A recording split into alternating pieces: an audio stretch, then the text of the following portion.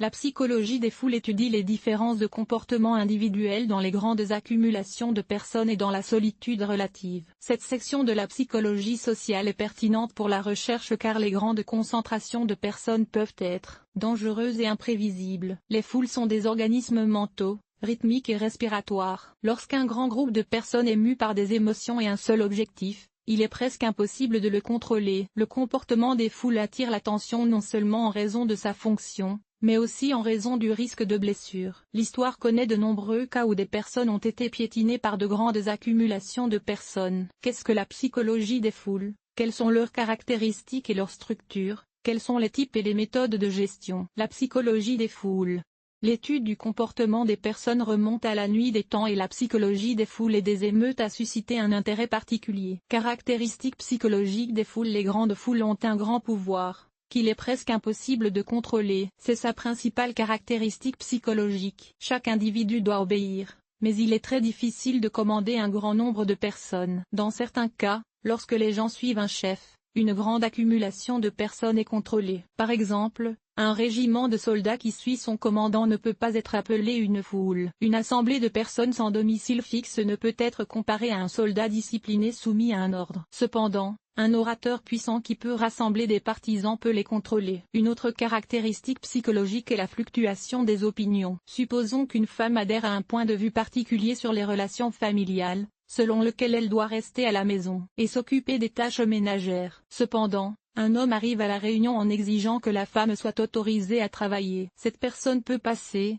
mais il est plus probable qu'elle rejoigne la foule intense et maintienne ses acquis. Se retrouver au milieu d'une grande foule peut s'accompagner d'un désir frénétique de partir le plus vite possible. En effet, sentir le contact de quelqu'un, même accidentellement, peut être extrêmement inconfortable. Cependant, il existe aussi une catégorie de personnes qui préfèrent les mouvements sociaux et qui sont toujours prêtes à participer à ce genre de désordre. L'effet de foule en psychologie a été examiné en détail et ce phénomène continue d'être étudié. Le phénomène de contagion mentale. Le terme contagion ne concerne pas seulement les maladies physiques, mais aussi les états mentaux. La contagion mentale est donc considérée comme la transmission d'états émotionnels et psychologiques d'une personne à une autre. Dans certains cas, la transmission peut se faire d'une personne à plusieurs centaines. Le mécanisme d'infection est chaotique et n'obéit à aucune loi. Il ne peut être comparé qu'à l'empathie, c'est-à-dire à la sympathie émotionnelle. Une contagion mentale telle que l'empathie peut se transmettre sans aucun contact personnel entre les individus. Par exemple,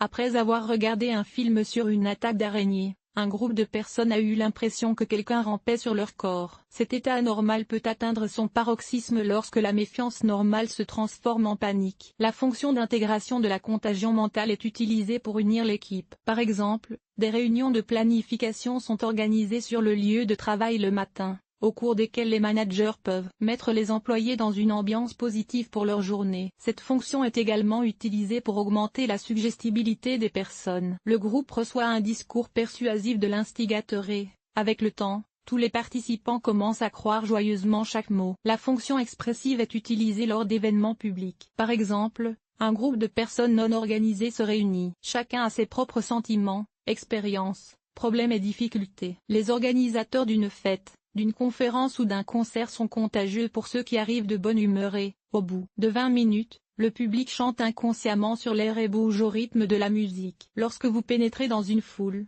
il est important de maintenir un rapport avec votre entourage et de comprendre le but de votre présence. Perte de contrôle rationnel. Les gens se retrouvent dans une foule et se laissent gagner par l'ambiance. Dans ce cas, l'état émotionnel dans lequel ils se trouvaient avant de rejoindre la nouvelle société n'a aucune importance. Une personne joyeuse et détendue se retrouve dans une foule en colère et bouleversée, reprend le slogan crié et le répète après tout le monde. Une personne déprimée et bouleversée se retrouve face à une foule positive et joyeuse et se laisse contaminer par son attitude positive. En d'autres termes, les gens perdent le contrôle rationnel de leur état mental et émotionnel et succombent facilement à la majorité des comportements. Il n'y a pas de compréhension claire de la manière d'éviter une telle offre. La seule chose qui vous protégera de l'imitation des foules est d'éviter les groupes de personnes de ce type. La perte de contrôle rationnel n'altère pas seulement l'humeur, elle a aussi de graves conséquences. L'ancien rituel de la sorcière brûlée en est un exemple. Même les hommes, confiants dans leur innocence féminine, succombent à la colère universelle et jettent activement des bâtons dans le feu. Après l'incident,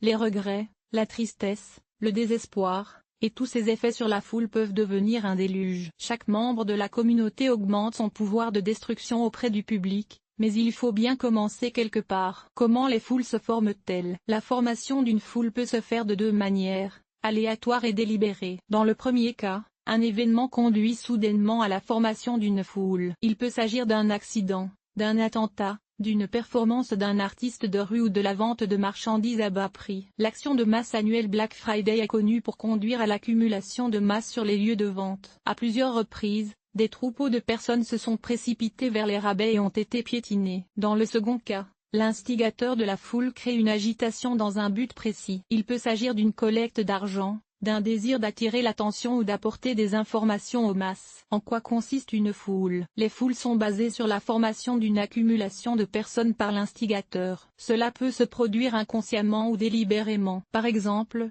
un incident au milieu de la rue attire de nombreux spectateurs, mais l'instigateur n'a pas planifié la performance. Ou, au contraire, plusieurs leaders se sont rassemblés dans un endroit bondé et ont attiré l'attention de différentes manières. Il peut s'agir de n'importe quoi, l'essentiel étant de rassembler les gens. La foule se compose donc de la fondation et des spectateurs qui l'entourent. Dans le cas d'une formation ciblée de la foule, les individus qui partagent la voix de l'instigateur peuvent participer à la composition du leadership. De nouveaux participants affluent constamment dans la foule, augmentant ainsi sa force. Il est impossible de contrôler ce processus, car les événements intéressants attirent toujours l'attention. Les étapes de l'émergence d'une foule. Les foules sont mixtes, chaotique et sans peur. Sa formation se déroule en plusieurs étapes. 1.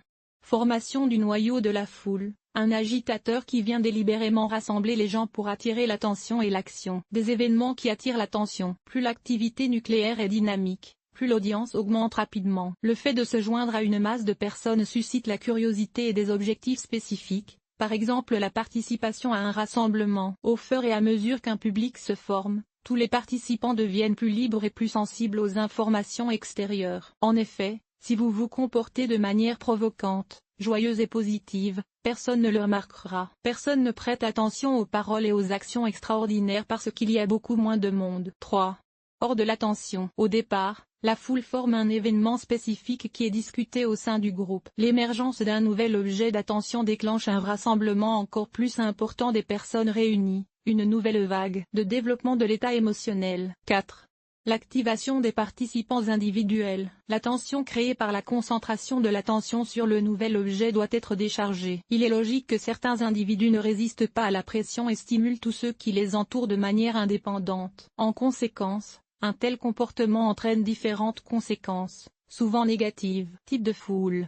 L'auteur du concept connu sous le nom de psychologie des foules est Gustave Le Bon. Pour la première fois, le concept d'inconscient collectif a été proposé par Carl Jung, et après lui, d'autres scientifiques se sont penchés sur le phénomène, Sigmund Freud, Elias Canetti et Gabriel Todas. Un livre sur la psychologie des foules a été écrit par Le Bon en 1984, mais les informations disponibles à ce jour sont pertinentes. En psychologie sociale, les différents types de foules sont considérés sous différents angles. Il existe plusieurs variétés principales. Examinons les plus en détail. Selon le degré d'activité, les grands nombres de personnes caractérisées par leur degré d'activité peuvent être actifs ou passifs. Les foules actives sont des groupes d'individus émotionnellement excités qui sont prêts à agir. Les foules passives sont des membres émotionnels d'un groupe qui ne manifestent aucun enthousiasme pour l'action ou pour d'autres mesures sérieuses. Il est facile de gérer une foule passive parce que les personnes qui la composent ne montrent aucune activité, mais en même temps, des émotions vives peuvent être ressenties. Cela dépend de la nature de l'émotion. Chaque accumulation de personnes est caractérisée par une émotion générale. Parmi ces émotions,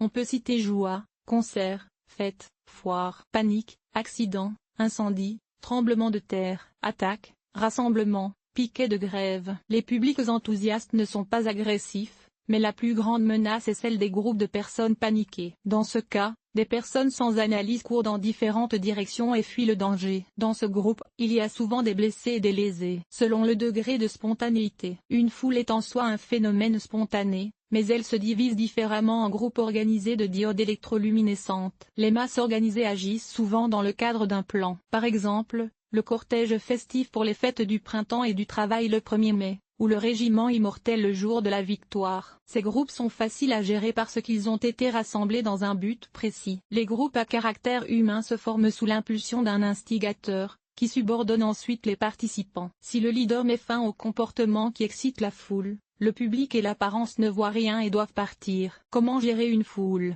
La gestion des foules est un processus complexe et imprévisible. Il n'est pas difficile de la contrôler lorsqu'il s'agit d'une masse organisée et passive de personnes exécutant des actions selon un algorithme. Si la foule se forme spontanément et présente un caractère agressif ou panique, il est presque impossible de l'arrêter. Comme pour d'autres phénomènes psychologiques, la psychologie des foules est utilisée dans l'intérêt personnel des instigateurs. Parmi ces intérêts, on peut citer proposer ses propres opinions, vendre des produits ou collecter des fonds, attaquer des personnes, destruction et vandalisme.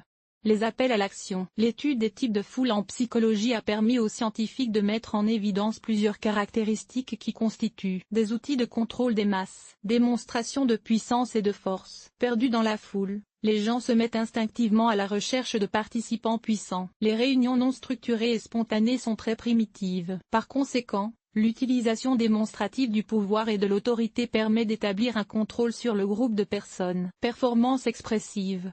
Les personnes qui entrent par erreur dans de grands groupes sont à la recherche d'un objet d'attention, d'un leader en qui elles peuvent avoir confiance. Il s'agit souvent d'un individu expressif, qui clame haut et fort ses opinions et ses émotions. Un discours utile. Un public enthousiaste a besoin d'action, et non de déclarations éloquentes qui n'ont aucun sens. Des slogans bien choisis permettent de réguler l'humeur de la foule et de l'orienter dans la bonne direction. Lors du choix d'un dirigeant capable d'apaiser la foule, il est important de tenir compte de ses talents d'éloquence. Dans la plupart des cas, il est vrai que les mots prononcés ont aidé la foule à faire face à la tension. Conclusion. L'inconscient collectif est l'objet de recherche depuis des siècles, car l'accumulation massive de personnes a un grand pouvoir. Les caractéristiques de la psychologie des foules par signes spécifiques vous permettent de choisir les outils de contrôle dont vous avez besoin. La psychologie des foules est, en termes simples, les caractéristiques comportementales des personnes qui se retrouvent dans les groupes émotionnels des sans-abri. Une fois dans la foule, les gens se perdent et semblent servir l'influence des autres. L'instigateur joue un rôle important dans ce processus. Selon l'humeur et l'objectif du meneur, la nature des émotions et caractéristiques des personnes rassemblées. La psychologie du comportement humain dans les foules est un domaine d'étude particulier en raison de ses nombreuses nuances. Les foules sont des phénomènes dangereux. Il est donc aléatoire d'y pénétrer et d'en stabiliser l'état mental.